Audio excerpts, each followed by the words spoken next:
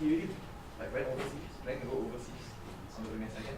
That's why he was really upset in that sense.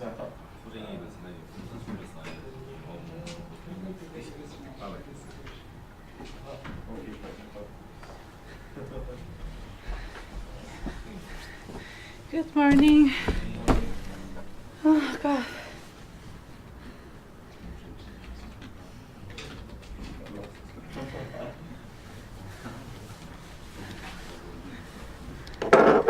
So quite a few of you are missing.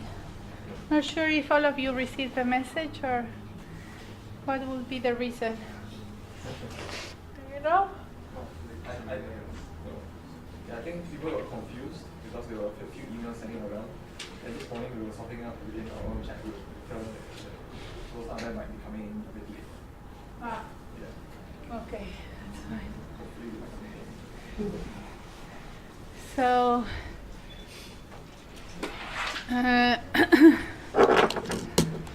I had to change the lecture because I have an eye infection. So you don't want to be very close to me. I still have it at the moment. So, right.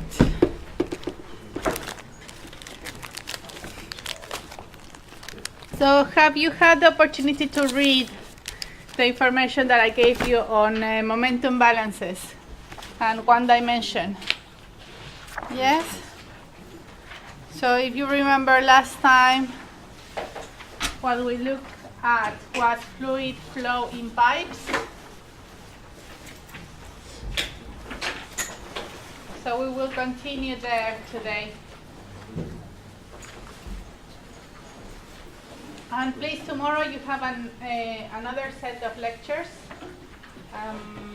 They should be in your timetable, which I already announced last time. And those will be given by Nigel, who is basically the lecturer from industry that is coming to teach you. I'm not sure at what time they start. Do they start at 9 or 10 o'clock? 9 o'clock as well? And here in this lecture room? It's in Stevenson. On the third floor. Okay.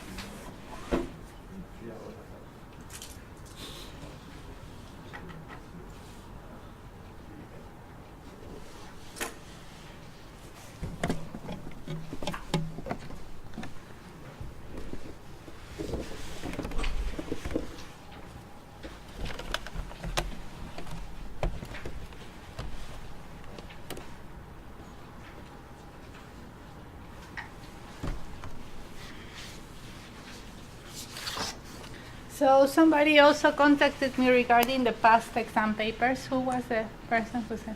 You. I'll put them in Blackboard. But I think that right now you should focus on finishing the tutorial. Have you finished the tutorial? Actually, I've checked, yeah, but the answers is, some of the answers it's the same as yours. What do you mean? I mean, you have the answer there, yeah? Yes, the answer there. But they are not same as mine, so some of them. They're not the same that you get. Yes, so, and I was asking, maybe you have the solution. I don't have the full solution. I just have the exact value. So I don't have that to give you, so we'll have to check through your procedure and see how it went. Check one by one. Well, if you got the solution right, then your procedure should be okay. To check, that's why I was asking the solution. If you remember last time on the tutorial, not tutorial, but when we were doing the examples, I gave you each one of you a different example. So I think it will be good if you share amongst yourself what you have solved, and like that all of you will collect the workout of all the tutorial. Right? Do you think that that would be a good idea?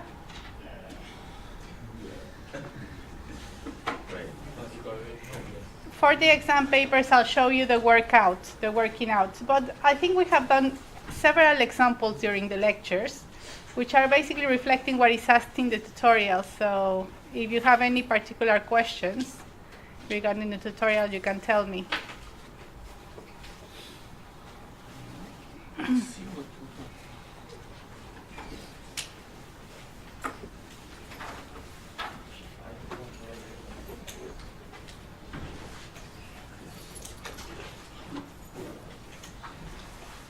Okay, so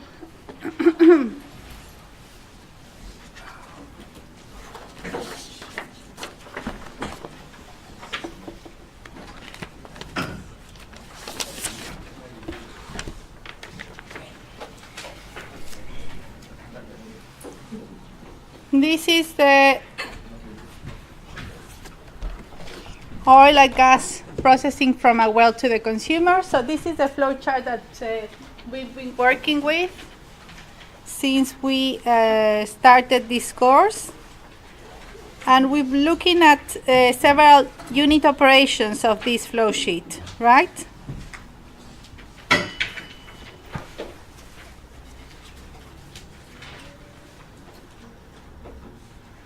At the moment, we are sort of looking at the pipeline. Last week we looked at...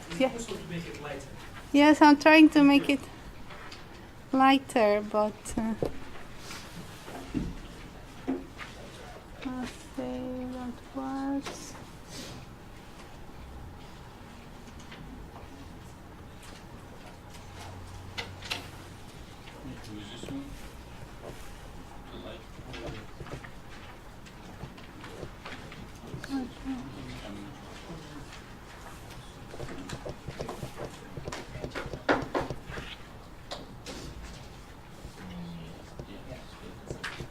Better? Okay. So, right, so we have the pipeline in the system. That is where the fluid that we are processing will go through. And last week we looked at liquids going through a pipeline. Today we will finish that part and we'll go through an example as well. And then after that, we'll also look at the pipeline, but what happens when we have compressible fluids. Okay? So if you remember, on the last lecture, we started looking at the momentum balances. We look at the general equation that will be mechanical energy equation that will be applicable for compressible and incompressible fluids. And then we said how this equation was going to be reduced when we have incompressible fluids, so liquids. Okay, so basically we were using the Bernoulli equation and this approximation to be able to determine what do we want to determine on the pipeline. What is the variable that we want to estimate?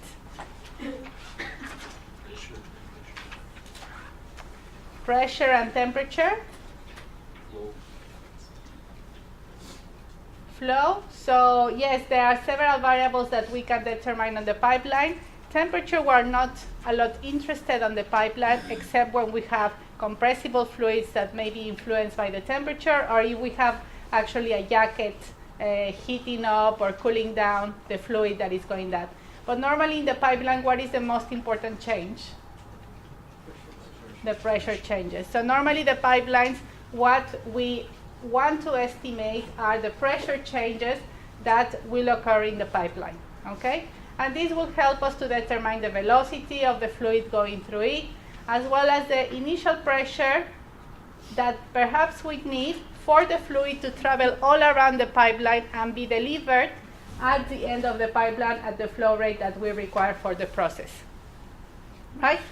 So that's just to tell you where we are at this time. And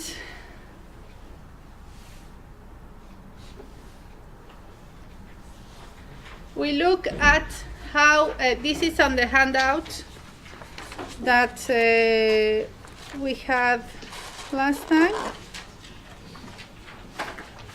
So which slide? 1, 2, 3, 4, 5, 6, 7, 8, 9, 10, 11, 12, 13. So we are in slide 13.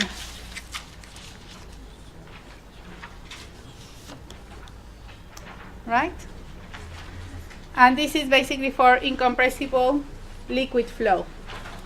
So finally, when we look at all what is happening in the pipeline, we basically derive 3 equations, which are the mass balance, momentum balance, and then we apply the mass balance and momentum balance into the energy balance in order to end up with this equation. Right? And then we discuss about this factor. What is the tau W? What is this factor telling us from the equation? That's the friction occurring in the pipeline, okay? And that will be the variable that will affect basically most significantly the changes in pressure. So basically for an incompressible fluid, that derivative becomes basically the Bernoulli equation, or the mechanical energy balance, where we have the pressure energy, potential energy, and kinetic energy in the inlet will be equal to the pressure energy, potential energy, and kinetic energy of the outlet plus the friction losses. Right? And then after that, we said that in this case, we're just considering a fluid flowing through a pipeline without any work being put in the system. But then if we have work in the system, we need to add the work in there. So that will be work provided. So what will be the source of work for a liquid? How would you provide that source? A pump, okay? For a liquid will be through a pump. So we'll have a pumping system, and in this case, basically what this equation is telling you is the energy that you provide from the pumping system should be more or less equivalent to the friction losses that you have in the system, right? So that you compensate for that, and therefore you are able to obtain the same type of flow or the same type of velocity from the inlet to the outlet, right? So that was the general equation that we saw. And then we go into friction in pipes and fittings.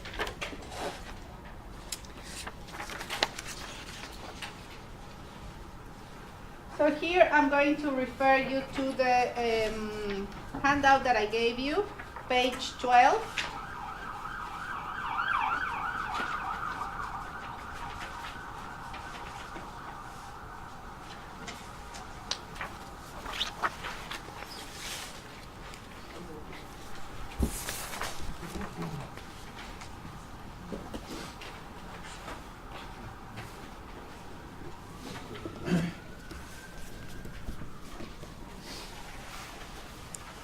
Okay, so in page 12, well, before we go back a little bit on page 11, we already discussed this chart.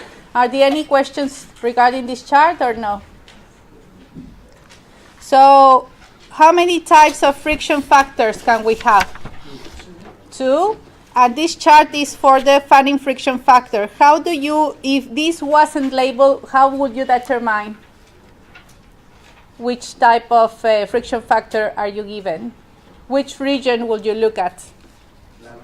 Laminar flow, and you look at the slope, right? So if it's Darcy, it's 64 over Reynolds. If it's Farin, it's 16 over Reynolds, right? And that affects your friction factor calculations, whether you will have 2F or F over 2. So after that, we have the friction losses, and these friction losses are basically provided by fittings as well. So we have in the general equation the friction provided by the pipe length, which is something we have already taken into account. But also we could also have fittings, and that's normally the case for most of the pipelines. We have valves controlling the flow, we have bends, or we have flow meters as well, which will provide a certain friction as well to the system. And we need to consider those fittings. Okay?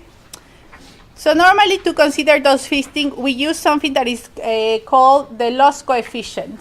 And this is denoted as a K.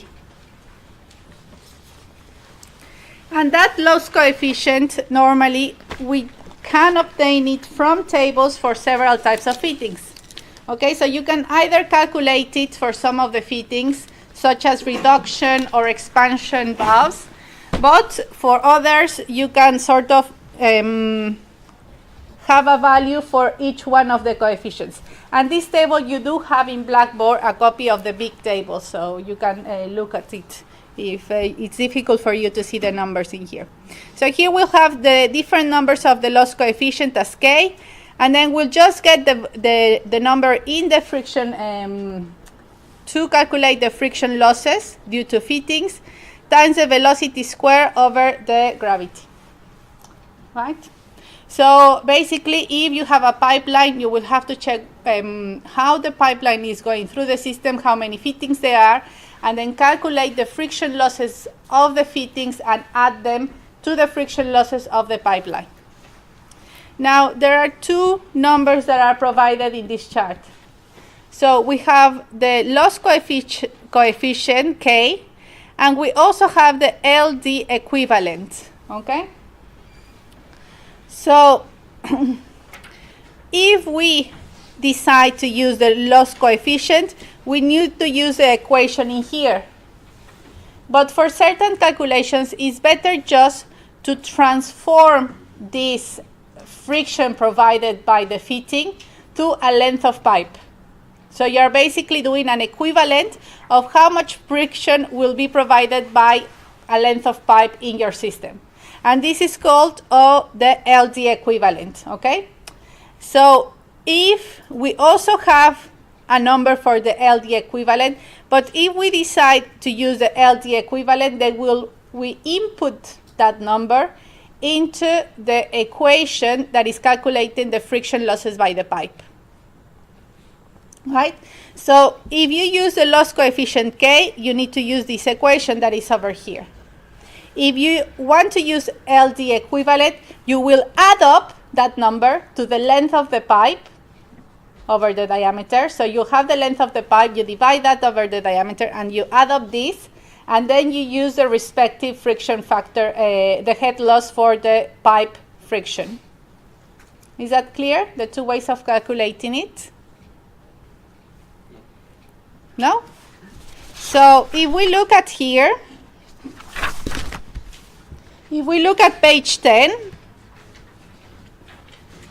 here we have the friction losses from the pipeline, okay? So the friction losses for the pipeline are 2F L over D V squared, right? So this L, what does that L represent? And what does that D represent?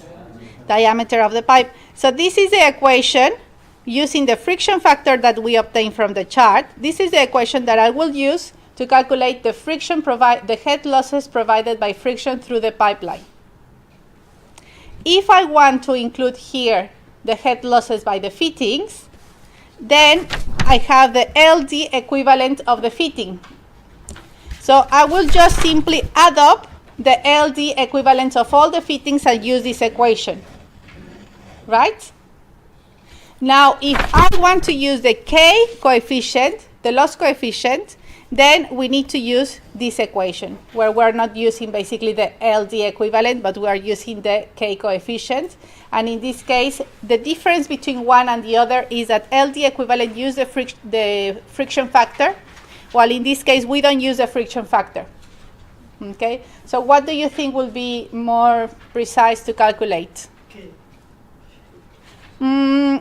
K, but actually LD, because LD friction factor is related to the Reynolds number, and the Reynolds number is related to the flow that you have in the system.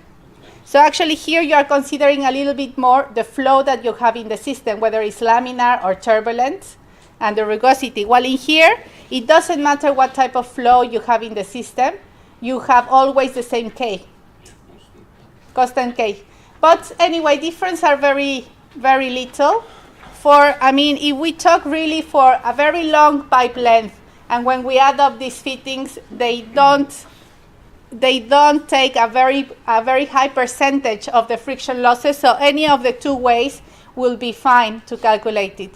But you should know it because in books, they explain it differently. So some books will use the K coefficient for friction losses.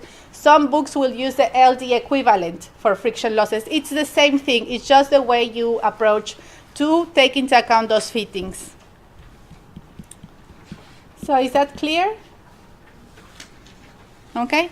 So basically, I would say that just go through it as well, read it by yourself, and you should be able to get a better understanding.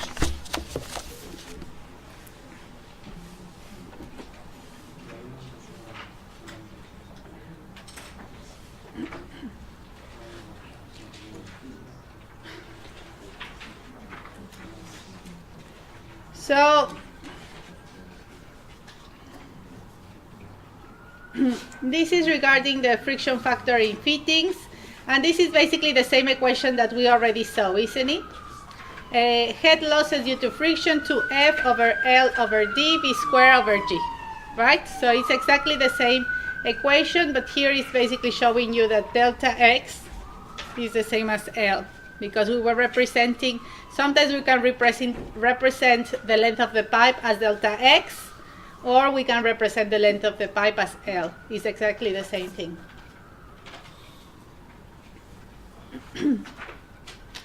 So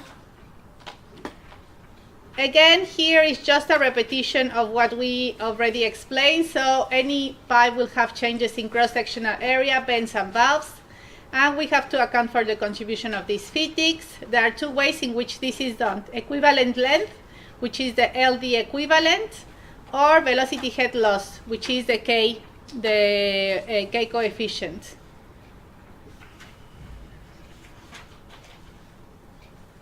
Right? So now let's go and have a look at this example.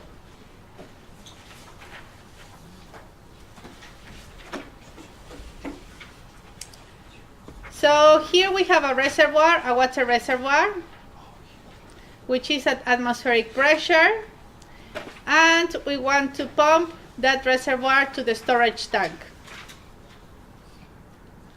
Right, so we have here the mass flow of water, the area of the reservoir, pipe diameter, area of the tank, pipe length, the fittings that will be used. The pipe material is schedule 40 mild steel with an absolute roughness of 0.046 millimeters. So why is this value provided?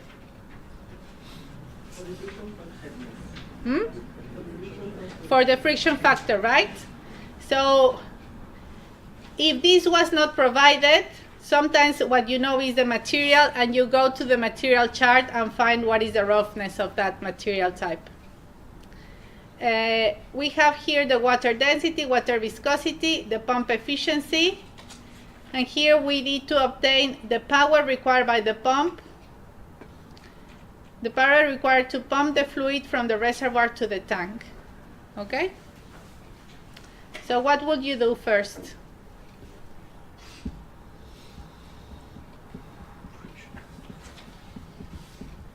I will give you 5 minutes just to go through it yourself, and then I'll just go through the solution, okay? So think about it and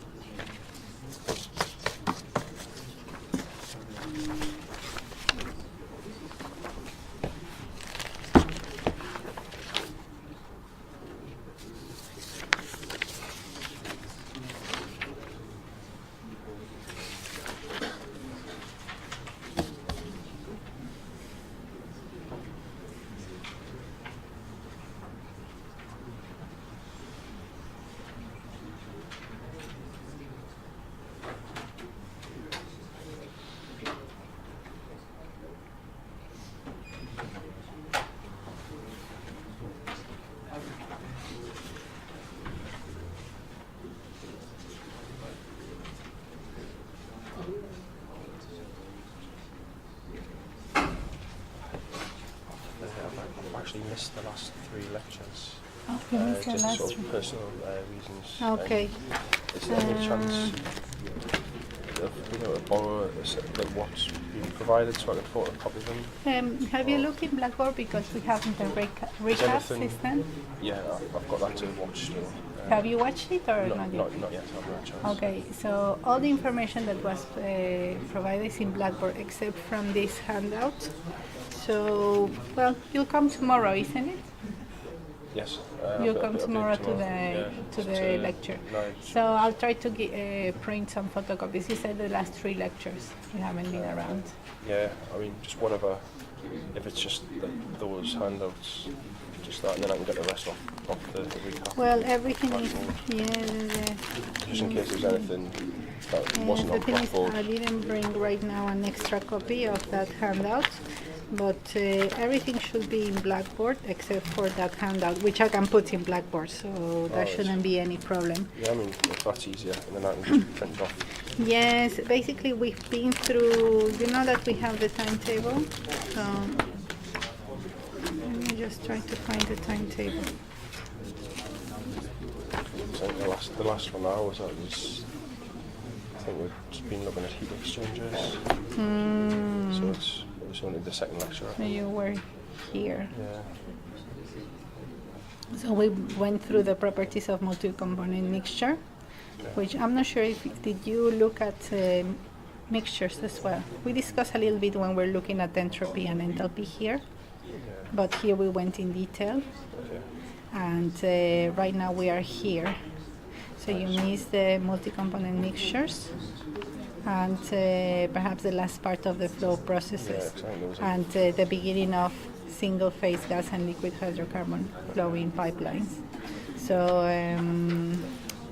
these 3 will be the ones. But why don't you print out for tomorrow what you can find in Blackboard? And I'll be here as well for the lectures given by Nigel. So perhaps we can go through just to be sure that you have all the information. Right. Right, Jenny? And if it's easier, I'll just, if you put that on Blackboard, I can print that off.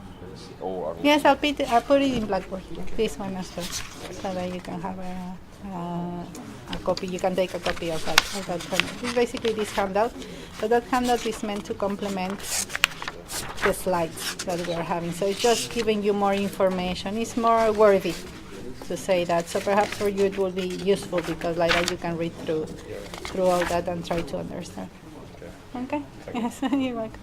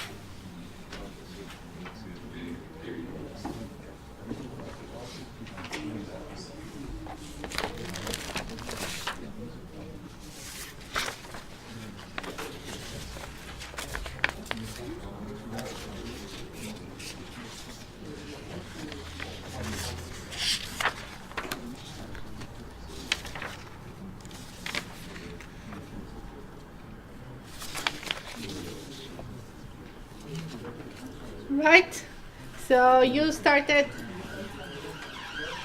having a look at it, and the first thing that we should do that perhaps is not described in the handout is to do the mechanical energy balance, okay? So I think in the solutions it starts just doing calculations, but actually the first thing is perhaps when you have this type of problem, look at which are the data that you are given, what are you being asked in there, and basically write down the mechanical energy balance. So here we know that it's water, it's a liquid, so we're able to use the equation for incompressible fluids And we have said before that the equation will be, let me see.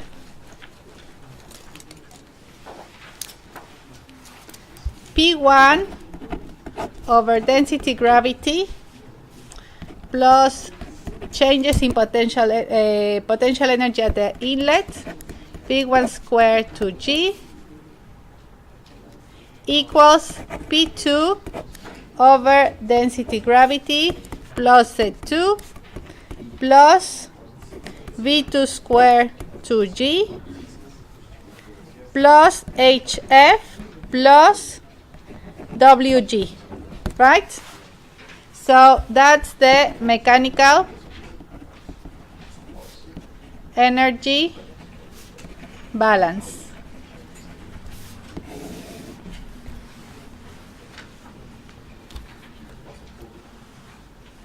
Okay, so what are we given? Do we have the initial pressure? Yes. Do we have the gravity? Yes. Do we have the initial zero? Yes. The velocity? Okay, so we have it, but we have to calculate using the equation of velocity is m over a density. Okay? So we need another equation for velocity. So we don't have that, but then we can calculate it. Do we have the mass flow rate? Do we have the density? Do we have the area? Is the area given? So the area is not given, but we have the equation of the diameter, right? So in this case, we can obtain the area of the pipe as P d squared. Okay? So with these two equations, then we have the velocity at the inlet. So do we have the pressure at the outlet? Yes. Atmospheric. Do we have the position at the outlet? Velocity at the outlet?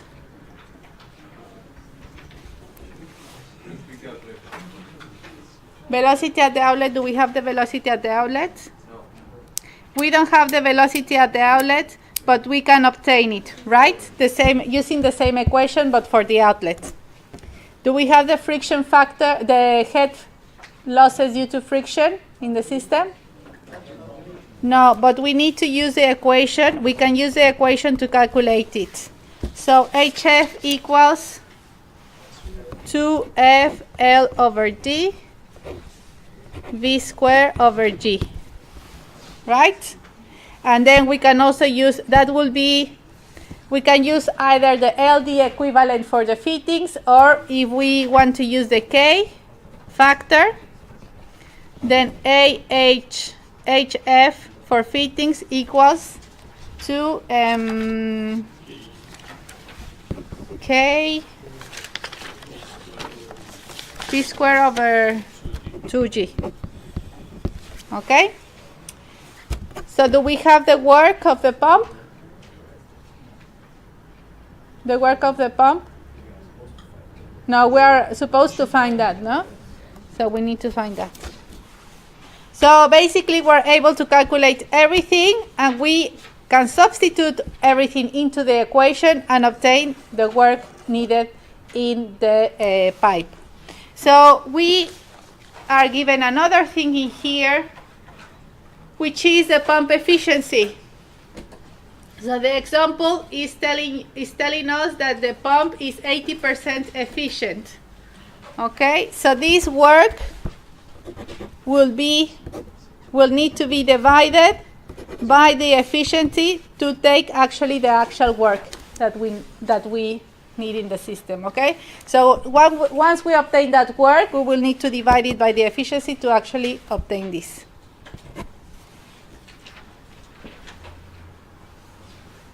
And every time you have this type of problem, you should do this analysis. right? Before you start doing calculations. So like that, your calculations will be very easy to continue. And if you, for example, in the exam show workings like that and have errors perhaps on your calculations, then you'll still get some points because of you are showing that you're following the right procedure. Or if you just start doing calculations, then it will be very difficult to get points if you have something wrong, because it can get confusing. So always the first thing is to have the mechanical energy balance and put the equation that you are going to use, which variables you have, and even and so on. So now let's go to the example. And in here, basically, we start calculating the velocity, pressure, and potential heads. Okay, so we are starting to complete the mechanical energy balance for the inlet and for the outlet, right? Well, here they use the area of the reservoir and the tank. Yeah. Yes, that will depend where you decide that is the initial part of your system, okay? So in this case, they use the area of the reservoir, of this reservoir, and the area of this tank. So they're actually drawing the mechanical energy balance from here to here. If you were taking the pipeline, then there will be actually the same, the velocities, okay? But here, since they're asking you from the reservoir, and therefore you still have some pipe length in here and some changes due to that, then you are taking basically from the reservoir. And what does that, can you see the velocities, how the velocities that we get in each one? Yeah. So really, the value is meaningless, almost, right? So basically, you could almost say that it's 0 in each one.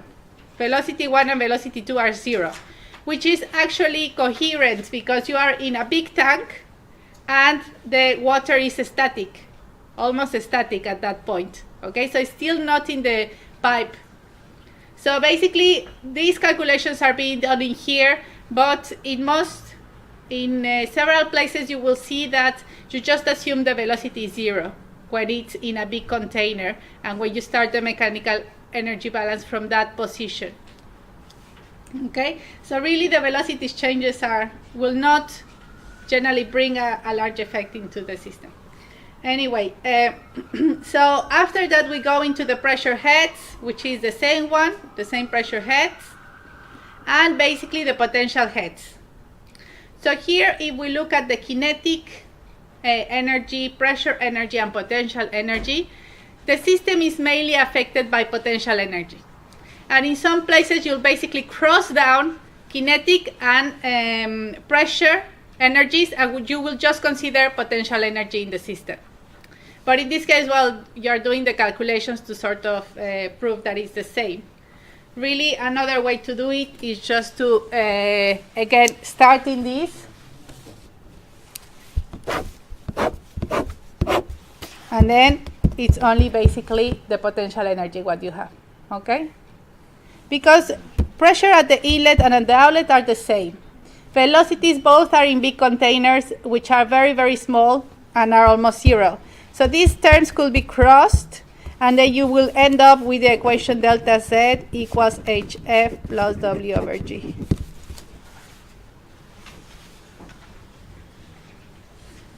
Anyway. So now, for the friction factor, you don't take into account the velocity in the containers, because you want the velocity in the pipe, actually, right? The friction factor is always obtained. The Reynolds number that you need in the friction factor is in the pipe, not in the containers. So in this case, you will take the area of the pipe and obtain the velocity in the pipe for the friction factor. And then with that velocity, you will obtain the Reynolds number, and you will determine that the flow is turbulent, okay? So with the Reynolds number, and you're given the absolute roughness, then you divide it by the diameter, I believe, in order to get the actual relative roughness. With the relative roughness and with the Reynolds number, you go to the table and you find the friction factor.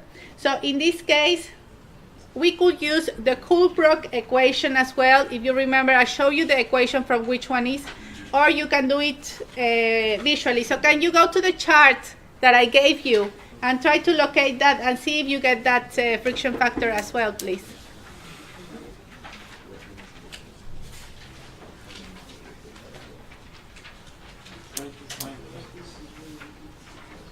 So the relative roughness is 0.0092, and the Reynolds number is 127,500.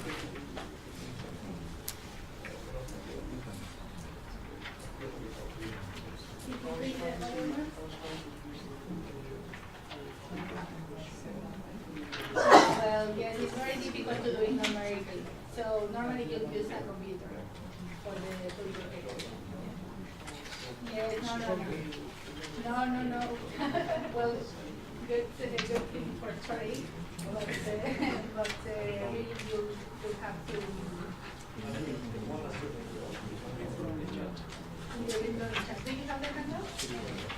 Go to the chart.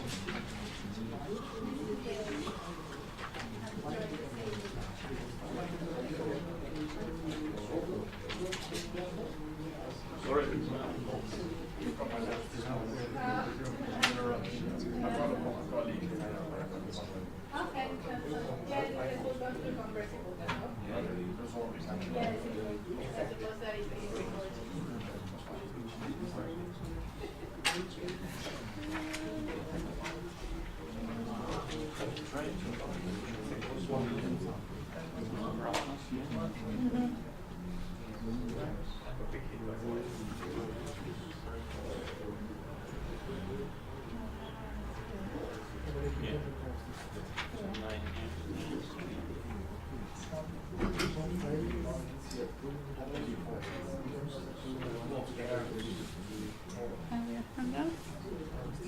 The Reynolds number is 1,124.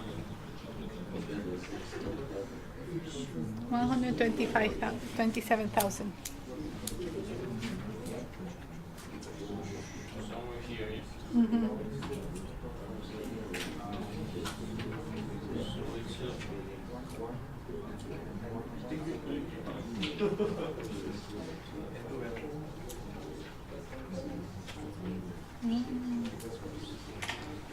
You have 10 to the 3 will be 1,000, right?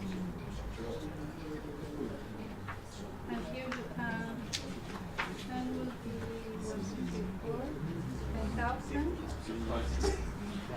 1, 2, 100,000. Then you are 120. 3,000, 2,000, so 123 will be around here. This one? Yes. Not that one. No, because this is 1,000. This is 10,000. This one. This is 100,000, and you have 123. Yeah. So we'll be here. So you will go up and with the.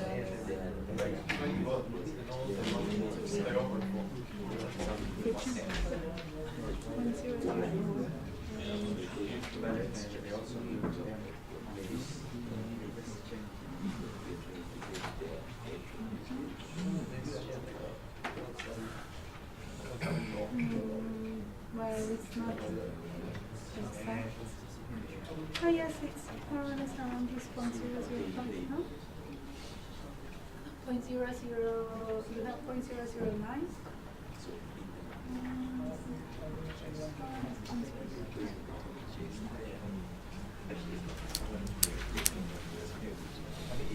Okay, so you won't get the exact value.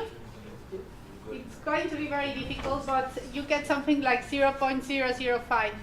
Were you able to locate that value? Or yeah, okay, here. Yeah.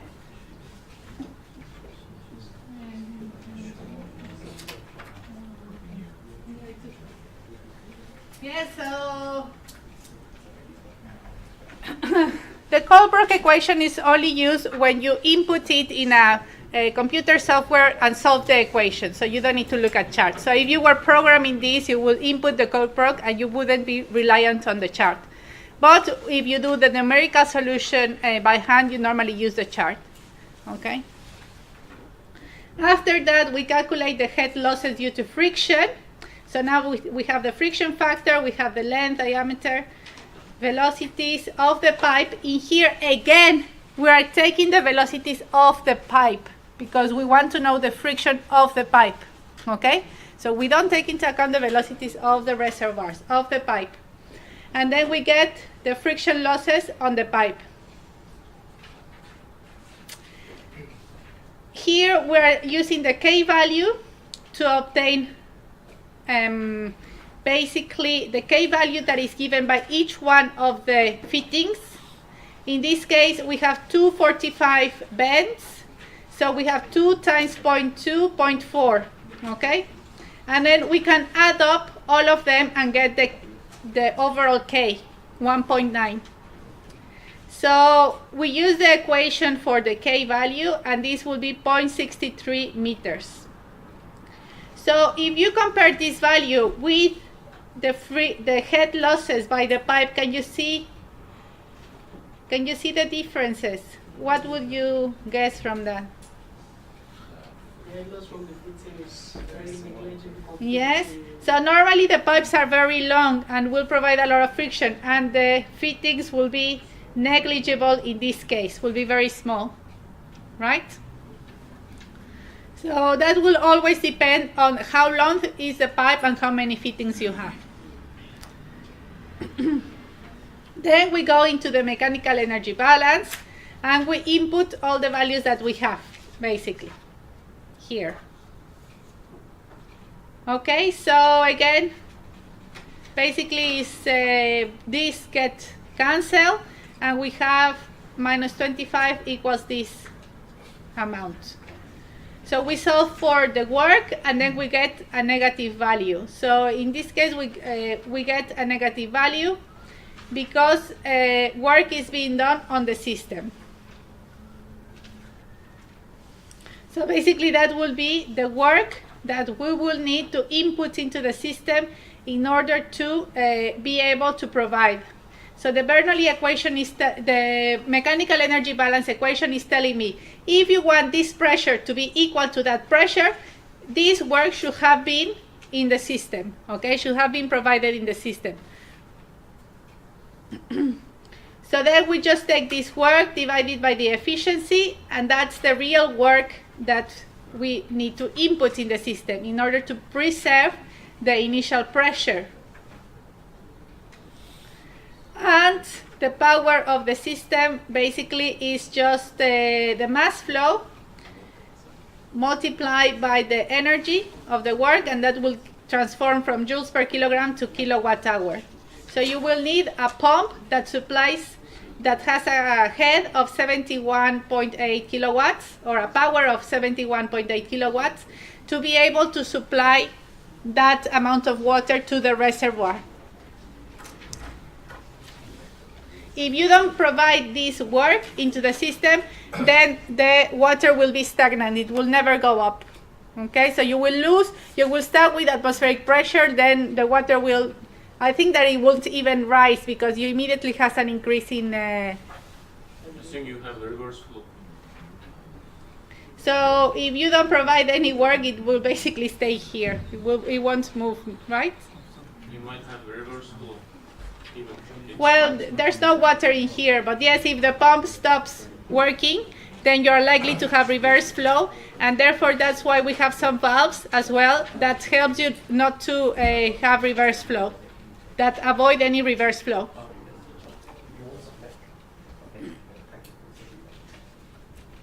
Right? Is that clear? Okay, so we're going to take 5 minutes break, and we will now start with compressible flow.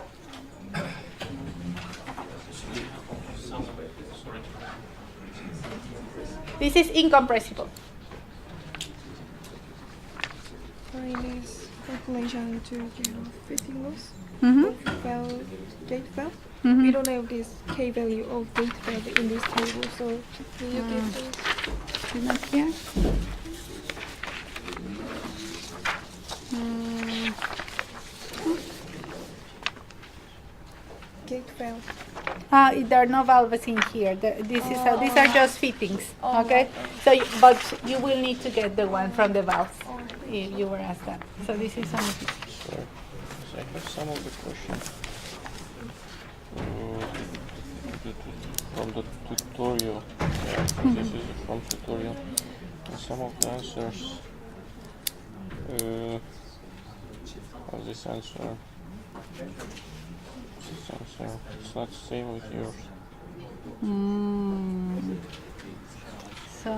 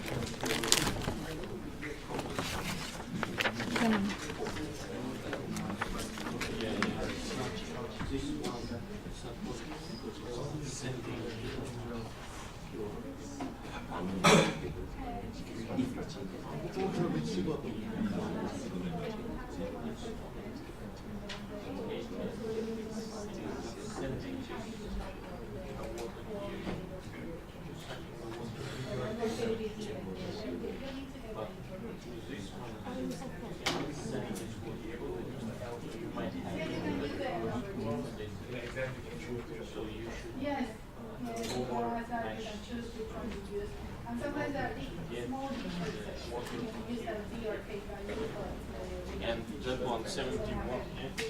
Your required power of this one.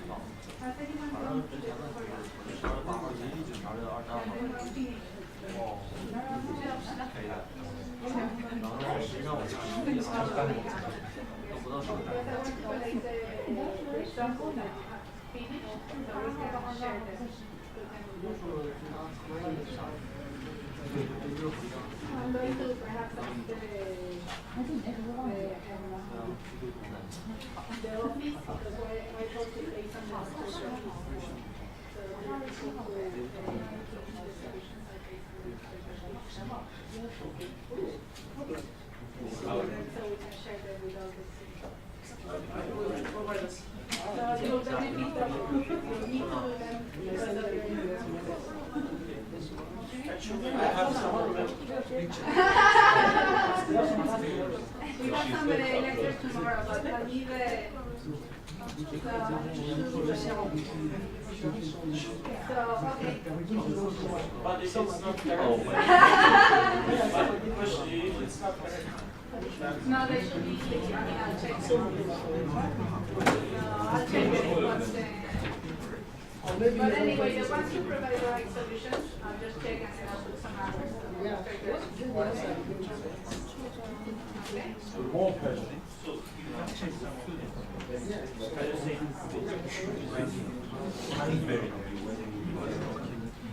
Yeah, that's why I'm asking where's this.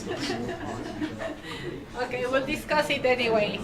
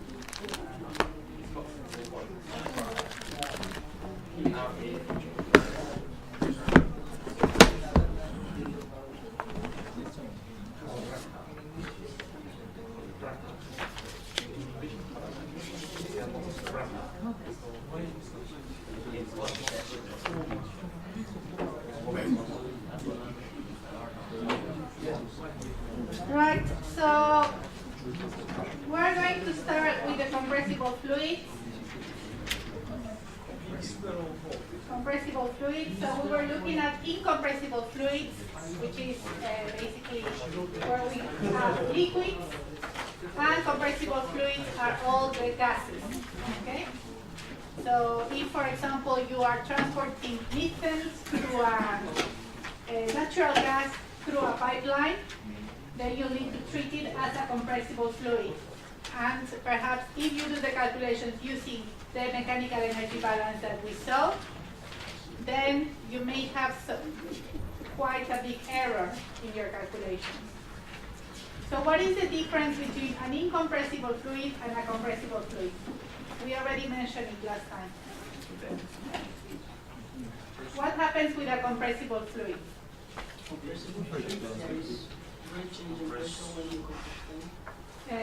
Great change in, well, both change in pressure, liquids and gases, but what is the main difference?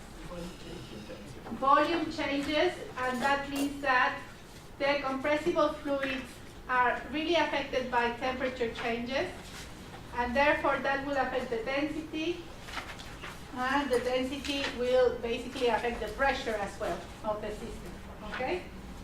So we cannot assume a constant density in compressible fluids, and that basically our integration or our equation becomes quite complicated because of that. So we will look at how we treat compressible gas and vapor flow in pipes, and there's something important in here. Normally when we have compressible fluid going through a pipeline, it leads to very complex calculations because of the way the equations become. So most of the cases when we have compressible fluids, we will use a computer software or a modeling software in order to help us solve those calculations. There are only two assumptions that can be made in order to be able to analytically solve a compressible fluid flow. And the two assumptions are whether the fluid is going through the pipeline adiabatically or whether the fluid is going through the pipeline isothermically. So if we have an adiabatic flow, that means that the pipe is basically very well insulated and there's not heat exchange. Okay, so the temperature changes, but there's no heat exchange. So that applies sometimes to insulated pipes. If we have an isothermal flow, what does that mean? You don't change the temperature. And what will be the case when you don't change temperature? That will be applicable to pipes that are normally heated. Okay, so where you have a pipe and you provide heating through the system or a cool down system as well, which is quite expensive to do. So in most cases it's the isothermal flow. It's a little bit more specific to certain applications only.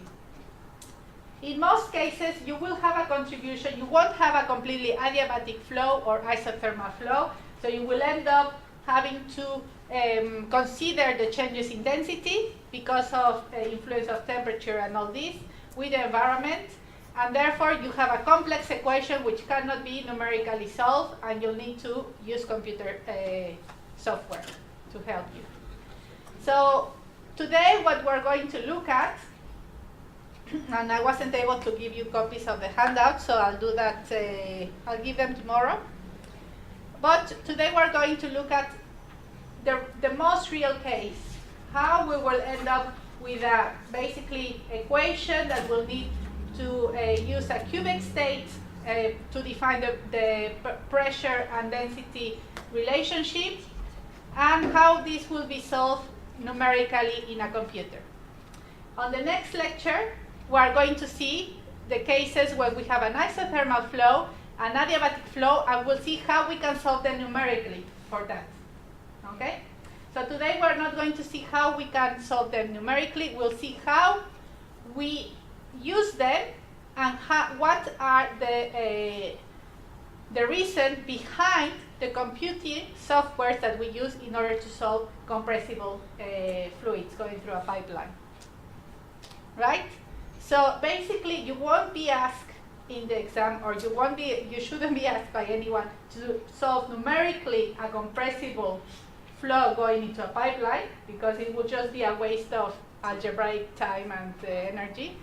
You will normally use a software to do that, which can be done in less than half a day. But you need to know the reason behind it. And that's what we are going to learn today.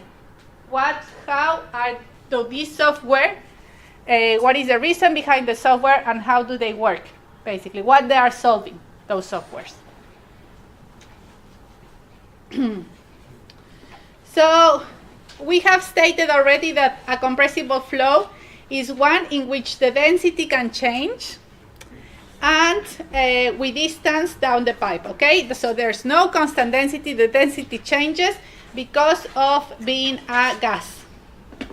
So I've already mentioned that there are two ways of reducing the complexity of the system, and that is through assuming isothermal flow or adiabatic flow. Both isothermal and adiabatic flow will require, for example, isothermal flow will require mass and momentum balances, and adiabatic flow will require mass, momentum, and energy balances, okay? So isothermal will not require energy balance because there's no change really. So the most complex adiabatic case, that it's normally a more complicated analytical solution than the isothermal case. But this will be this type of system, we will look at them on the next lecture. So the fact that the density varies in a compressible flow introduces an extra degree of freedom. So there is another variable because that density is not constant anymore. And this is a phenomenon unique to compressible flow. So we will look at how pressure, volume, and temperature are related for real gases. So normally, pressure, volume, and temperature, the way that they are related is through the ideal gas law, right? PV equals nRT. But sometimes there are certain gases that we cannot assume that they are behaving as an ideal gas. So we'll need to use other type of equations of state. And we have already touched that a little bit when we were looking at entropy and enthalpy, right? When we use the virial equation of state, and we can also use the cubic equation of state, and we will have to basically look at how the density and pressure are related through a cubic equation of state and input that into the equation, and that's how that's the complexity of the system. Okay, so if you understand that, basically you have almost understood everything that entails a compressible flow. A compressible flow, I don't have constant density, therefore I need another equation to input the changes in density, and that will be through a equation of state. I can use the ideal gas law if applicable for some gases, but if not, I will need to use virial equation of state or cubic equation of state, or any equation of state. There are several equations of state that I can use in order to approximate these two variables together. Again, in a compressible flow going through a pipeline, we are basically looking at changes of pressure. We are interested in changes of pressure that occur in the pipeline, okay? So again, we come back to the equations that we had actually before before we were looking at incompressible flow, if you remember. So we have the mass balance, momentum balance, and the energy balance, okay? So those are the same equations, but here, the mass balance, we have d density over dx, so this will change through time, so that cannot be assumed constant anymore. And basically, the mass and momentum balance are used to simplify the energy balance, okay? So the internal energy is related to the temperature through the equation of E, which is U. This could be U C delta T, basically. Okay, so how could the energy of a compressible flow change in a pipeline? A compressible flow can change through providing its internal energy. So if the compressible flow is providing its internal energy, what happened to that fluid? If it's given internal energy to the system, what will happen? What will you see on that fluid? It will cool down. Okay, so we can have energy on the fluid, on the compressible fluid going through the system, through the cooling down of that fluid, therefore decreasing the internal energy, the U, or through basically providing energy from the environment, right? So this is basically how the internal energy also can affect the system through this equation. So we can see here that in the momentum balance, we also have G cosine of theta. So why do we, I've already mentioned it, why do we multiply G by the cosine of the angle? Why do we do that? It is an angle, elevation. So the gravity, the energy that is input in the system by the gravity, or the force of the gravity in terms of a momentum balance, is influenced by the angle, okay? So whether it is, the pipeline is vertical, whether it's inclined, how the fluid is going it going upwards, is it going backwards? So obviously if the fluid is going downwards, then the influence of the gravity will be positive, but if it's going upwards, the force of the gravity will be negative towards the fluid. So in this case it's coming down. So this is basically how this is explained in here for that part.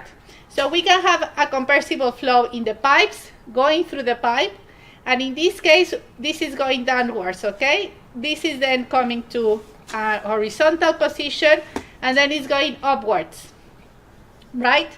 So in this case, we can have the gravity will be affected by the angle that we have in this case. So this is not vertical, they're not vertical pipelines, so they have an angle. And we basically, this is done through this equation, G cosine of the angle. If the angle is less than 90 degrees, then this is the downslope, and this will be positive. If it's equal to 90, so that will be horizontal, and there won't be any contribution really of the gravity of the system. And if it's an upslope, then this will be negative. Okay, so again, this is the way we consider it in the mechanical energy balance and how it will influence the system. So in this case, we will require the pressure gradient. Normally, this is the change of pressure through the change in the length of the pipeline. If you remember, when we say X, we are also referring to the length of the pipe, basically. No, that's the same as delta X, the same as L, basically. So here we are saying changes in pressure over changes in the pipeline. So this is unknown in the system, and we'll basically use an equation of state in order to relate the relationship between pressure, volume, and temperature. So in this case, we are relating the changes of density to pressure, and that helps me integrate the equation. The expression can be differentiated with respect to X to give the pressure gradient in terms of density and temperature gradients. So in this case, we are just integrated this equation. We are integrated the ideal gas equation. So dP over dx, the changes in pressure over dx, will be equal to whatever stays constant. The ideal gas law coefficient will stay constant, and then the molar weight will stay constant. And then there will be changes in the density, dt over dx, and changes in the temperature over d dot of dx. So in this case, we will need a little bit more. There are more things changes in the system. So therefore, the equation becomes a complex set of partial derivatives that will need to be solved mathematically. So from substituting the ideal gas equation into the initial equations that we saw, into these ones, mass, momentum balance, and energy balance. So here we have the equations that we initially solved. And then if we take into account the ideal gas law into the system, the equations becomes this type of equations. Okay? So they become quite complex for the mass balance, energy balance, and momentum balance of the system, because of the effect of having a variable density, a variable pressure, and a variable temperature over the whole length of the pipe. So in incompressible fluids, which were just varying the pressure, and density and temperature were constant. Here, the fluid is affected by changes in density and by changes in temperature that will go through that. So that brings us three partial derivatives, and basically the solution will be obtained through solving this equation. So here you still to integrate this equation against dx. So it becomes quite complex. So normally these type of equations are not solved analytically, and these will be the equations that will be solved by the software that you are using. So what will happen actually if you were doing all this in a software? If you were doing all this in a software, the only thing that you will have to do is basically select which equation of state you want to approximate the system. So you will go through a window, select which equation of state, input what is the pipeline, and then the system, the conditions that you have, and the system basically will say, okay, with this equation of state, if you selected ideal gas law, then it will basically solve these derivatives that are here. If you selected the virial equation of state, the cubic equation of state, then it will solve whatever equation of state and will input that equation of state in the overall energy, mass, and momentum balance to account for the relationship between density and pressure.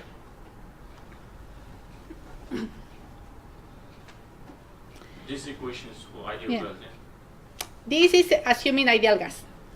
Obviously, as we don't assume ideal gas, if we assume a gas that is not an ideal, so virial equation of state, cubic equation of state, then the equation become more and more complicated. So here we have another example. So let's say in this we have a compressible flow example. We have a gas. I'm not sure what kind of gas will be stored like that on top of something. I mean, normally when you actually store compressible gases, have you seen compressible gases stored? I don't think you'll never sort of rise something and put a container on top. Normally what you do is that you have some holes underground, and then you sort of have a cylindrical structure, spheres that basically go up and down according to whether the tank is filled or whether the tank is empty. Okay? So it will sort of change that. So actually that diagram is sort of very rustic diagram to show, but that wouldn't be the way a compressible fluid will be stored, actually. I've seen this kind of store in Singapore, if I'm not mistaken. Really? In Jurong. In Singapore? What type of natural gas? Yeah, but it was, I think, cylindrical. It's Yeah. bullets. I have seen in spheres and in the bullets. Yeah. Long cylinders, Oh, capped ends. okay. So, but are they like recent like that? And it's But not much height. You mean these? Not too high, a reasonable height. yes, but can they move? No. They're static.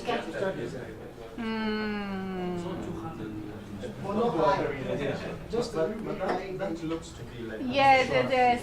So normally they're not stored like on the high. You don't want to provide any head like that of the compressible fluid. It's kind of difficult. Normally you do that for liquids to provide sort of a head of the gravity, head potential. But in compressible fluids you normally have the sphere, and then it will be on ground or even deep down and then going up and back and down. Also, it will be isolated from the rest of the, because it's compressed and considering the safety.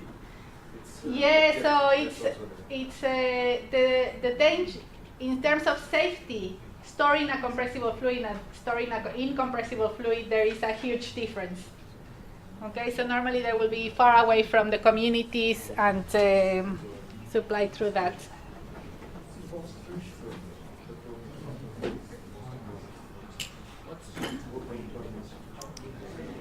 Right, so in here we have 0.5 kilograms per second of a mixture containing 80% by mass methane, 10% by mass ethane, and 10% by mass propane. Is taken in the pipeline structure above. The diameter of the pipe is this one, and the absolute roughness is 0.046 millimeters. So these are the fittings lines that are used. The inlet temperature is given, molarity of the mixture, and volume of the mixture. We also have the viscosity of the gas. So we can assume that this gas is ideal, so find the pressure at the pipeline inlet. So we have this, the gas is discharged at atmospheric pressure in here, but we need the pressure here. So the first thing that you will say is this pressure going to be lower or higher than the outlet pressure? Higher, right? Because there's no compressor at all.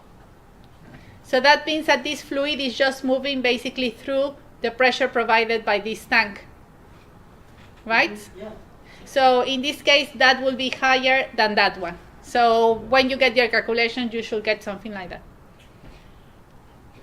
So, well, here again, I think that you can also state the equations, but since these are not numerically solved, we'll just go through basically obtaining some of the parameters.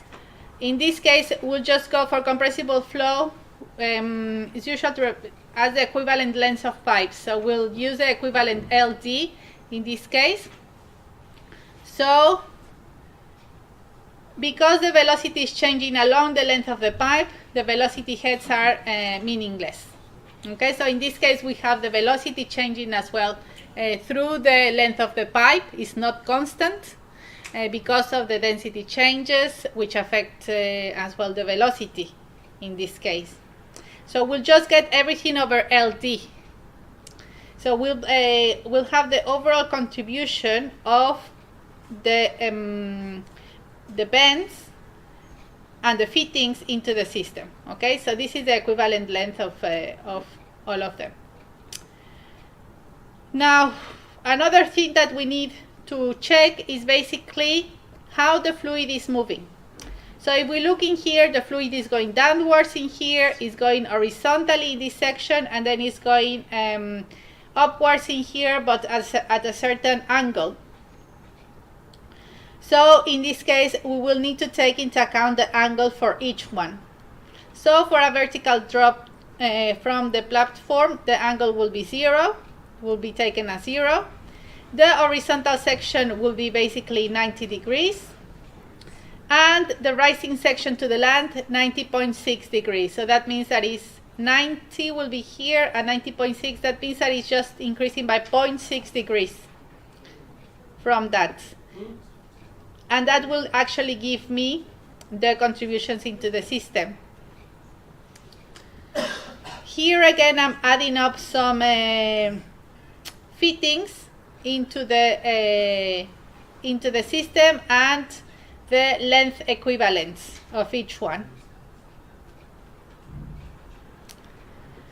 Okay, so in here something very useful we use in order to be able to sort of define a flow somehow.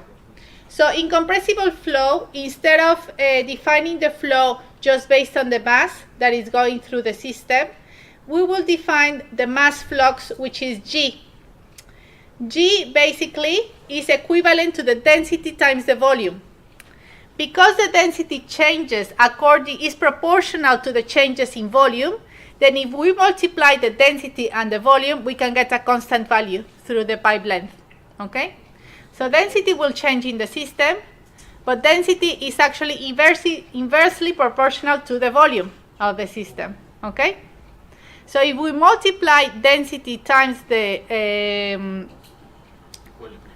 volume of the system, the velocity, in this case it will be the proportional to the velocity of the system.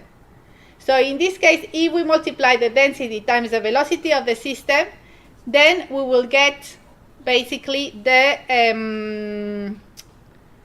a G value, which is a mass flux, which can be called to be constant throughout the pipeline. So in this case, we can find this value by dividing the mass flow rate by the cross-sectional area of the pipe. Okay? We can obtain the Reynolds number as well for this flow through the G number. So again, here we will use the G number for a Reynolds number because the G will be what remains constant in the system, not the density and velocity by themselves. And then we can obtain the friction factor from the Reynolds number and the rugosity. Finally, from this, then we have to specify the inlet conditions in the pipe. Okay, so these are basically the calculations that we can do manually in this case. Okay, now to solve the balances, we will need to solve those equations.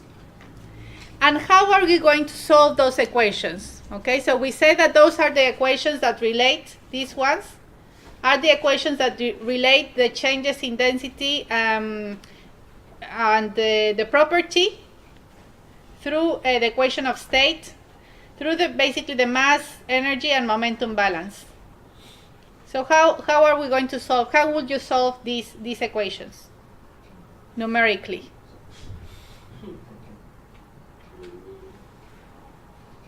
So in numerical methods, what do we use to solve these equations, for example? The different ways to solve this equation. Can we do iteration techniques? Okay, iteration, right? So normally we use iteration, and that's the most common way to solve these type of equations. And when we use an iteration process, we always start guessing a value at the beginning. Okay? So the way to solve it is that we will sort of try to guess the pressure at the beginning of the system. So in this case, we don't know the inlet pressure, so we guess a value and we use 600,000 Pascal. So this value is basically, we're saying this is delivered at 101,000 Pascals. This pressure has to be higher than that. Therefore, I'm going to give it 600,000. And I could have started with 200,000, so that derives a lot from experience. The length of the pipe and how much pressure you think you can start with and will work. So, using this pressure, we can then obtain, through the equation of state, the density at the beginning, the initial density of the system, and the velocity at the inlet. So we are defining the inlet conditions, in this case, in order to start the iteration. So we guess a value, we solve the equations, and at the end, if the equations converge, our value was correct. If not, then we have to go down or up in the value that we initially guessed. And that's basically going through the, perhaps the computer software that you have will ask you to guess an initial value in order for it to help the iteration, or perhaps not. So normally, the way of the computer software will work is that if they have an initial value, then it assumes that you're given a value which is around that range. So it reduces the number of iterations. If you don't give any value, then it will start from perhaps 0 and then will go through thousands of iterations until it gets the right value. So sometimes it's useful to input an initial value in order to help the software converge. And basically you will get this type of profiles once you input the once the software uses the equations and you input the conditions that you needed in the system, so the number of valves that you have, perhaps you guess the initial conditions, and it will sort of plot this. So in these plots we have the changes in density, temperature, pressure, and velocity throughout the length of the pipe. Okay? So then it's telling you, if you start at a pressure of 600,000 in here, can you see? And then what is the length of the pipe? Well, you have to add the LD value and get the length of the pipe. But basically to get the atmospheric pressure at the end, you'll have to go through 150,000, more than 150,000 meters. So 150 kilometers, more or less.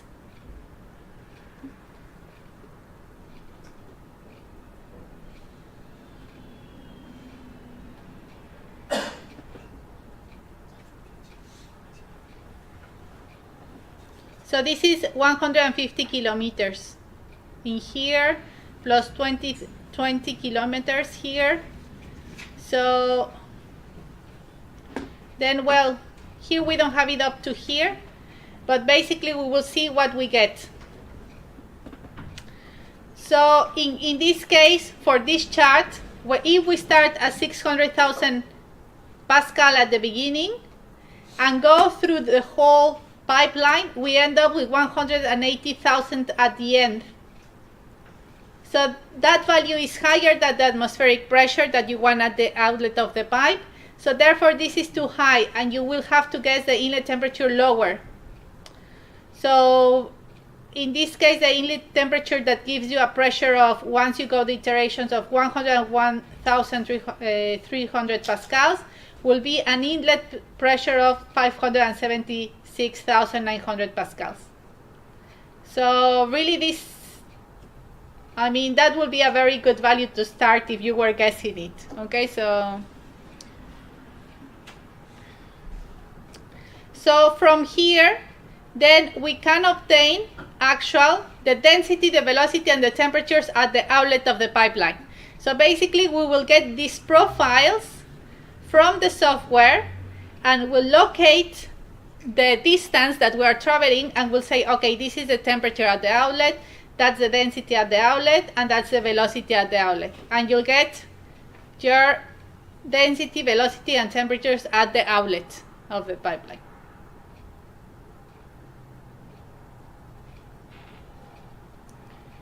Right? So this was an approximation using the ideal gas law. So we approximated the changes in density, velocity, temperature, and pressure using as the compressible flow going through the ideal gas law. Now we can sort of have another condition, which is the adiabatic pipe flow example. And in this case, we can use a cubic equation of state in order to approximate that. So I think we will stop here, and then we will start here on Monday, right? On the adiabatic pipe flow example. Yes, tomorrow you'll come, and Nigel will be here to give you the lecture, but I'll be here as well, but I won't give the lecture. So I'll see you tomorrow, and on Monday I'll continue with this part of the lectures, okay? I think that this thing of compressible flow, you'll see how we use it in the software when we go to the HISE software. We'll sort of do the compressible flow example, and then you'll see how we select the equation of state and how we get these charts from the software itself. Are we going to work on HISE? We'll have a practical, but after Easter. Great. So are we going to learn HISE? Well, yes, I mean, something also planned for these lectures. So you can be a process engineer after this.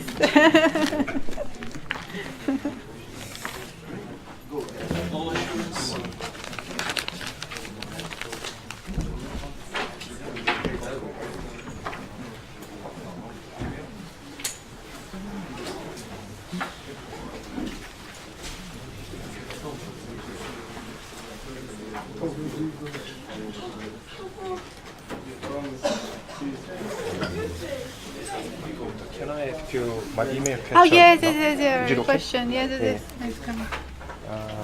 Okay, maybe this one first. Actually, this question is about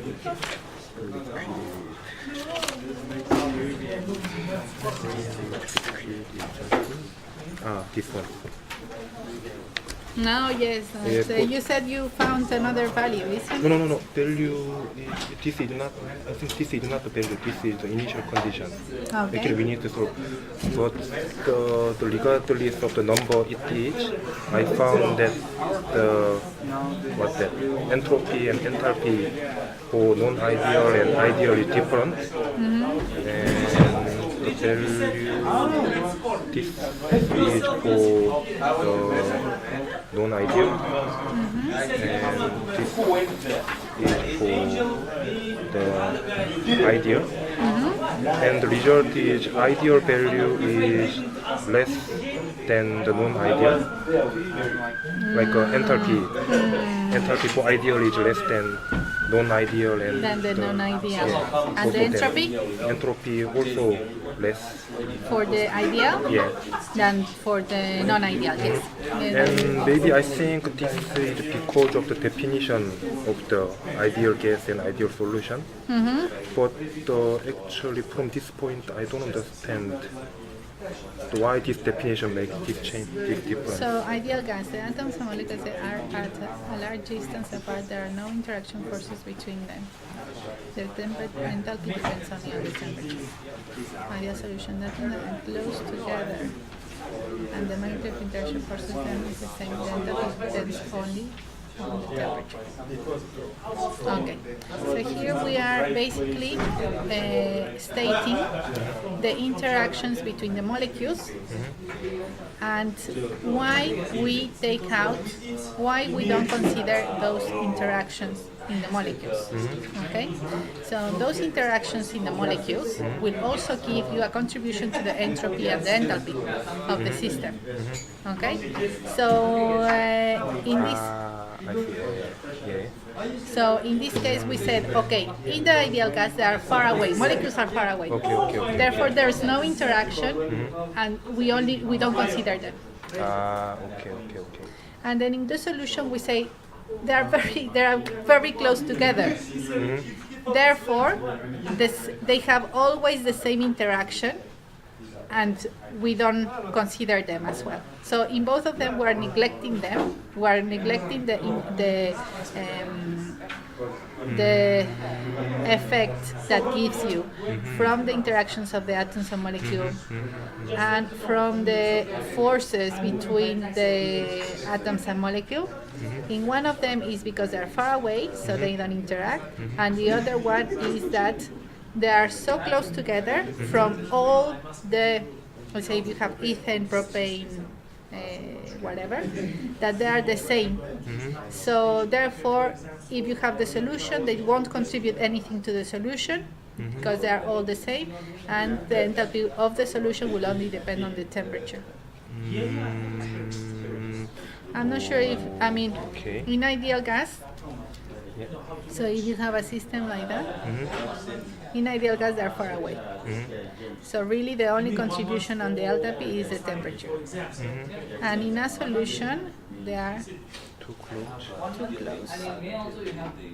So they are so close together that there's no interaction really. What you don't want them to do is to be choking and going apart. So being close, being apart. Being close, that will be interaction of the molecules. So if they are very close, they're actually the same, so the temperature will be only affecting the system. And if they are far away, then they are too far away to interact, so the temperature is the one that are close. And why we don't take this assumption in the solution? Because in the solution they are quite close, so in the solution you want them to be very close together, while in the ideal gas they are very dispersed. But how does this affect your calculation? Yeah, I think it's reasonable. Let me see. So, yeah, okay, this. So you get the ideal and the ideal solution and non-ideal solution. So for A, for ideal, you get this value. Yeah, ideally it's less. Less? Yeah, Yes. because according to your explanation, Yeah, it should be yeah. less. Yes. So you get less, no? Yeah, less. But it is the mainly because of Because that's the contribution that you are taking into because account. this is minus. But this means, so actually according to your explanation, both ideal gas and ideal solution, for the ideal gas also the entropy and enthalpy of ideal is less than non-ideal. Less than non-ideal. And you get that? Or No, this is for the ideal solution because this is liquid. But in case of the gas, is it same? For the gas? Yeah. Yes, for the gas it will be the same. That means So this ideal gas. value is always minus. So this dl phi over dt, it will depend how they contribute to the enthalpy and entropy. So normally it will be minus. But this should be minus to Yes, make so to make non-ideal is larger than the ideal. Yes, but this is right. So that will be H2. Yes. So that will be Okay. minus. Yeah. Can I take a photo of your solution?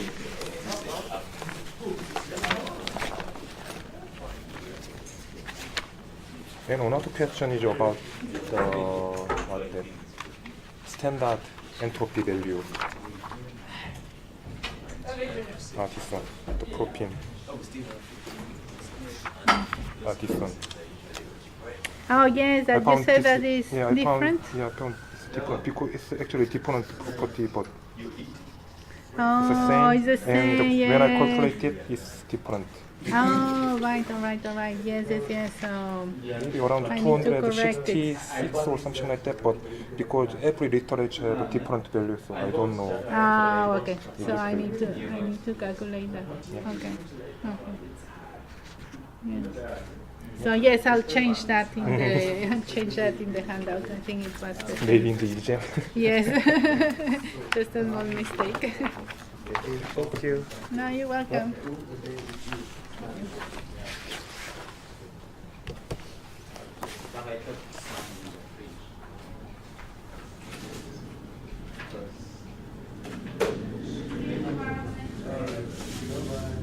For something, for us, we are used to the software.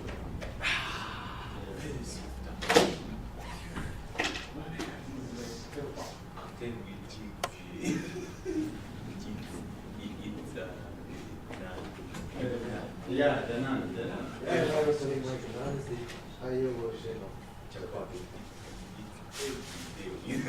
Where did you get it?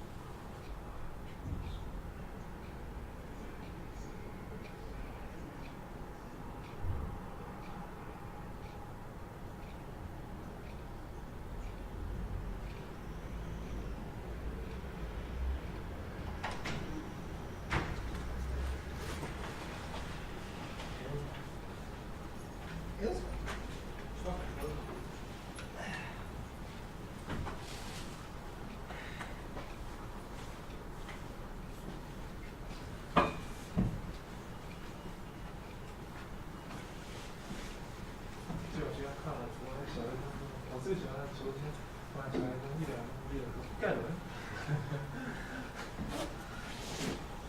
哎，你们就这样跟我看我，我反自溜了。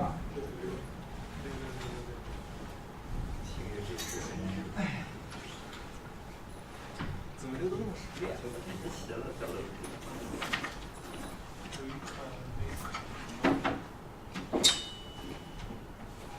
哎，好累啊！那电脑里有没有什么游戏啊？我天天都拿这个去考试，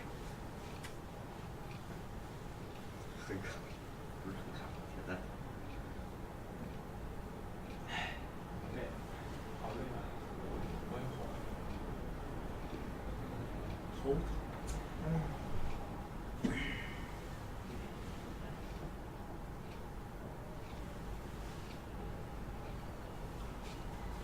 所以我不想去是念头，从来就没有想这个习惯，就想去翘课。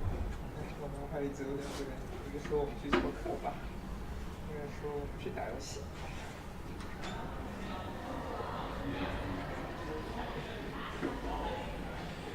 今天这本多好！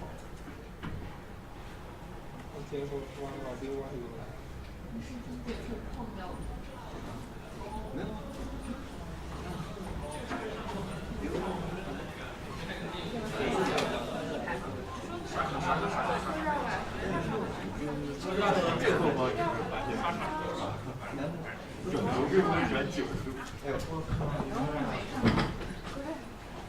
我昨天学习了，好害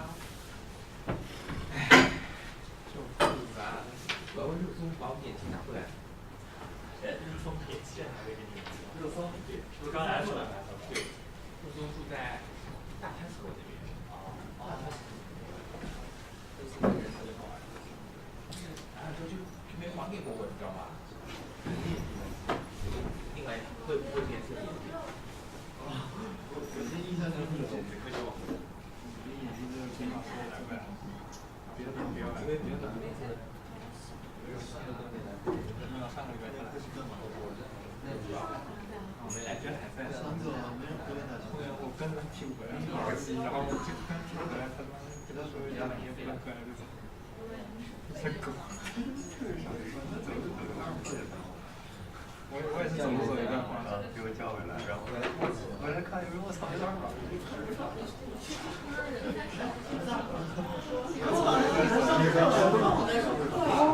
我们这是看了毛谁呀？竟然上课了！哎呦我操！你过来上课啊？你们过来上课？今天导演他过来。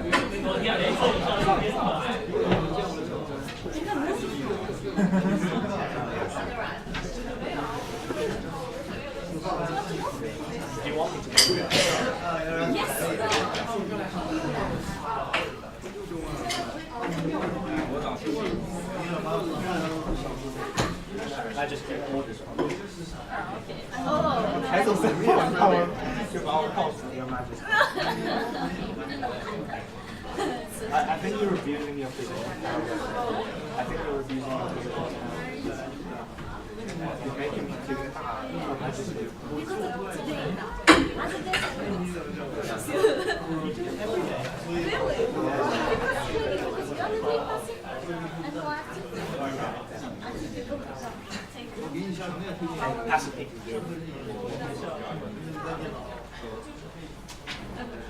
You know what?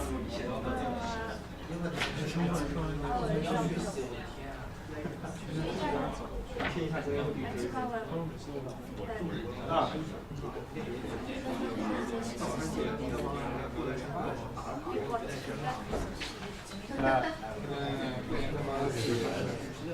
我今天早上是白来了，又这个白色。不，我们卡的原车嘛，不在了。他不在，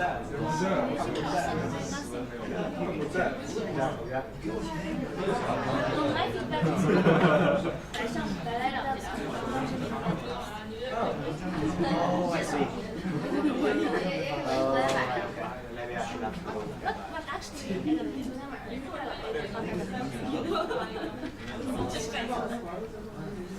You're not supposed to open it. You're not supposed to open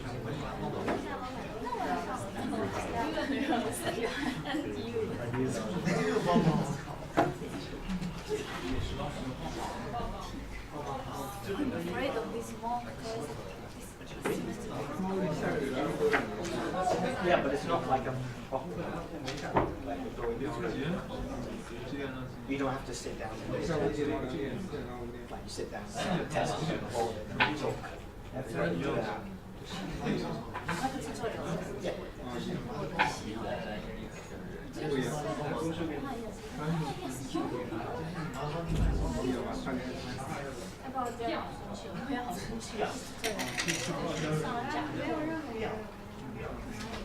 I've done the first page.